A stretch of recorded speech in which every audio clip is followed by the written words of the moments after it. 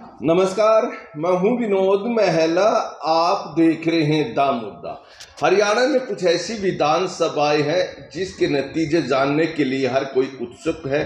तो देखिए, इन विधानसभाओं में एक विधानसभा है सिरसा जिले की रानिया विधानसभा। इस विधानसभा में दादा और पोते के बीच में सियासी जंग है।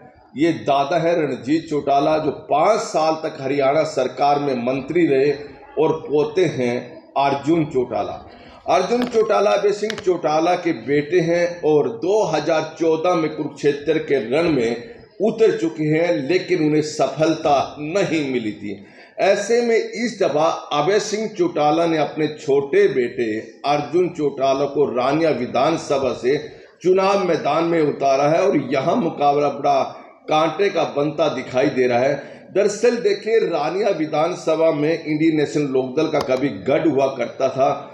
2014 में यहाँ से इंडियन नेशनल लोकदल के रामचंद्र कंबोज विधायक बने थे। उनको 43,971 वोट मिली थी और दूसरे नंबर पर HLP हलोपा के जो उम्मीदवार थे गोविंद कांडा, वो रहे थे और उनको 39,656 वोट मिली थी। तीसरे स्थान पर रणजीत चौटाला रहे थे आजाद पर, और रणजीत चौटाला को 36,703 वोट मिली थी। देखे, बीजेपी के जगदीश नेहरा को 19,790 वोट मिली थी। तो 2019 में आते आते रणजीत चौटाला कांग्रेस का टिकट मांग रहे थे, लेकिन कांग्रेस ने उनको टिकट नहीं दी थी।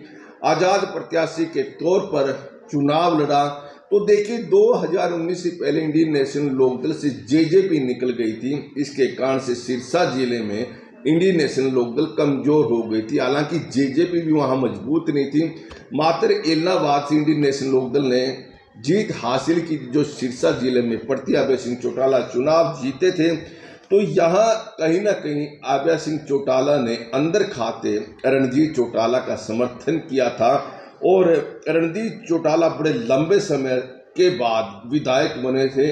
रणजीत चौटाला 1987 में विधायक बने थे। उसके बाद वो कभी चुनाव नहीं जीत पाए और यहाँ 2019 में रणजीत चौटाला 53,825 वोट लेकर जीते थे। तो दूसरे नंबर पर HLP के गोविंद कांडा रहे, जो 2014 में भी दूसरे नंबर पर थे। 34,394 वोट मिली थी। भाजपा ने इंडियन नेशनल लोकदल को छोड़कर आए, जो 2014 के विधायक रहे रामचंद्र कंबोज, उनको टिकट दी, लेकिन रामचंद्र कंबोज को 20,709 वोट मिली है। ऐसे में देखिए, यह गढ़ तो इंडियन नेशनल लोकदल खड़ा है, लेकिन 2019 में जब पार्टी कमजोर हो गई तो यह सीट पार्टी के हाथ से निकल गई थी। जहां तक की बात करें, रणजीत चौटाला 5 साल इस विधानसभा से विधायक रहे और भारतीय जनता पार्टी की सरकार में मंत्री भी रहे, और भारतीय जनता पार्टी का यह मानना था कि रणजीत चौटाला के जरिए जो ताऊ देवीलाल की विरासत है उसका फायदा लिया जाए और सिरसा में अपना गढ़ बनाया जाए, लेकिन इसमें सफल भारतीय जनता पार्टी नहीं हुई। तो 5 साल मंत्री रखने के बाद भी रणजीत चौटाला सिरसा जिले में पकड़ नहीं बना पाए। हालांकि लोकसभा चुनाव में भारतीय जनता पार्टी ने उनको हिसार संसदीय क्षेत्र से चुनाव मैदान में उतारा था, लेकिन यहाँ भी वो हार गए थे। और उसके बाद रणजीत चौटाला ने अपनी पार्टी के कई नेताओं पर सवाल खड़े किए थे। उन्होंने भीतरघात किया। इनमें जो पार्टी के राज्यसभा सदस्य हैं सुभाष बराला, या फिर बात करें कुलदीप बिश्नोई की, और कई अन्य चेहरों पर उन्होंने सवाल खड़े किए थे, और यहाँ तक कि कैप्टन अभिमन्यु पर भी उंगली उठाई थी। खैर, रणजीत चौटाला चाहते थे कि भारतीय जनता पार्टी रानिया विधानसभा से उनको टिकट दे, लेकिन भारतीय जनता पार्टी उनके दबाव में नहीं आई और भारतीय जनता पार्टी ने शीशपाल कंबोज को टिकट दे दिया। यहाँ कंबोज वोट भी अच्छी खासी है, लेकिन यहाँ जो बात करें, सरम मित्र एक पत्रकार रहे हैं। सरम मित्र कांग्रेस पार्टी से जुड़े, कांग्रेस पार्टी ने उनको टिकट दे दिया। और पिछले अगर कई चुनाव देखें, यहाँ कांग्रेस पार्टी बहुत पीछे रही है और अब की बार सरम मित्र के जरिए कांग्रेस पार्टी भी चाहती है कि वो यहाँ से जीत हासिल करे। लेकिन सारे के सारे समीकरण अभय सिंह चौटाला ने यहाँ बदल दिए हैं। अपने बेटे अर्जुन चौटाला को यहाँ चुनाव मैदान में उतार दिया तो यहाँ मुकाबला बड़ा टेढ़ा बन गया। अभी तक जो जानकारी हासिल हो रही है कि यहाँ जो मुकाबला बनता दिख रहा है वो कांग्रेस के प्रत्याशी सर्वमित्र कंबोज और अर्जुन चौटाला के बीच में है, लेकिन देखिए जो गैप है वो थोड़ा ज़्यादा है, वो अर्जुन चौटाला के पक्ष में जा रहा है।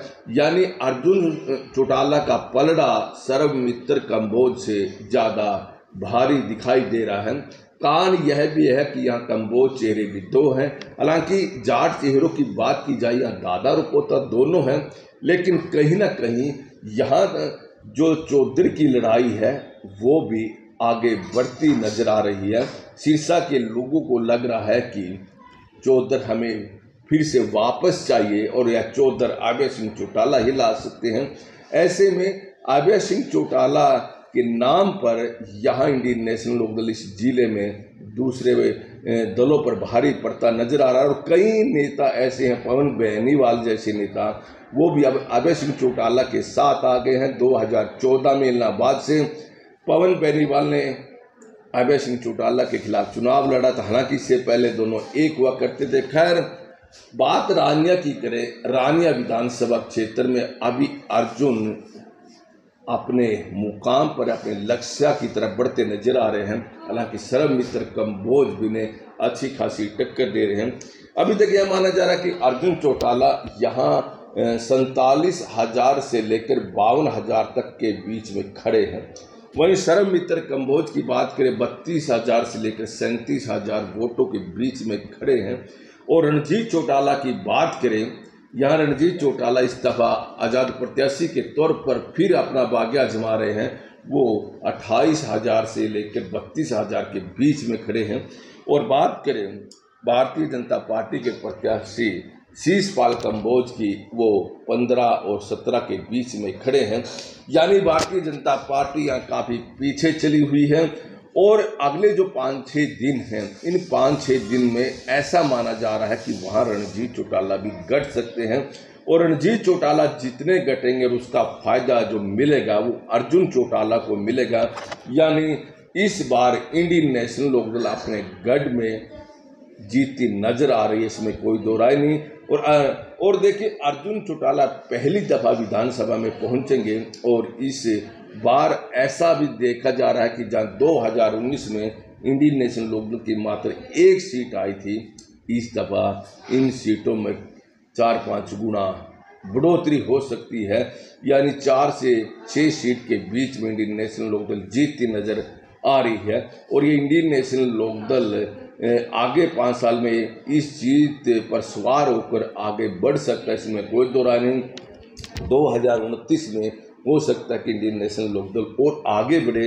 जहाँ तक की बात करें जेजेपी की, जेजेपी जहाँ 10 सीट लेकर पिछली दफ़ा सत्ता की भागीदारी बनी थी, क्या इंडियन नेशनल लोकदल सत्ता की भागीदारी बनेगी? देखिए, तो यहाँ जो पिछली दफ़ा का मुकाबला है वहाँ भारतीय जनता पार्टी पूर्ण बहुमत हासिल नहीं कर पाई थी। इस कारण से उनको 10 विधायकों की जरूरत थी। हालांकि 7 की जरूरत थी, लेकिन जेजेपी के पास 10 थे। आज़ाद प्रत्याशियों ने भी या आज़ाद विधायकों ने भी सरकार का समर्थन किया था, लेकिन आज़ाद विधायकों का भरोसा भारतीय जनता पार्टी हाईकमान को नहीं था। इसलिए जेजेपी से बात की थी। 4.5 साल सरकार चली और भारतीय जनता पार्टी को जो आशंका थी कि आज़ाद विधायकों के दम पर सरकार नहीं चलेगी, और वैसे ही हुआ।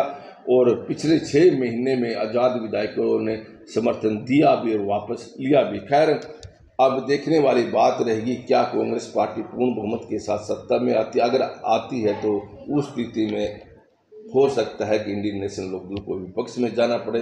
अगर सीट नहीं आती, हो सकता है कांग्रेस और बीजेपी में किसी के साथ जाना पड़ सकता है।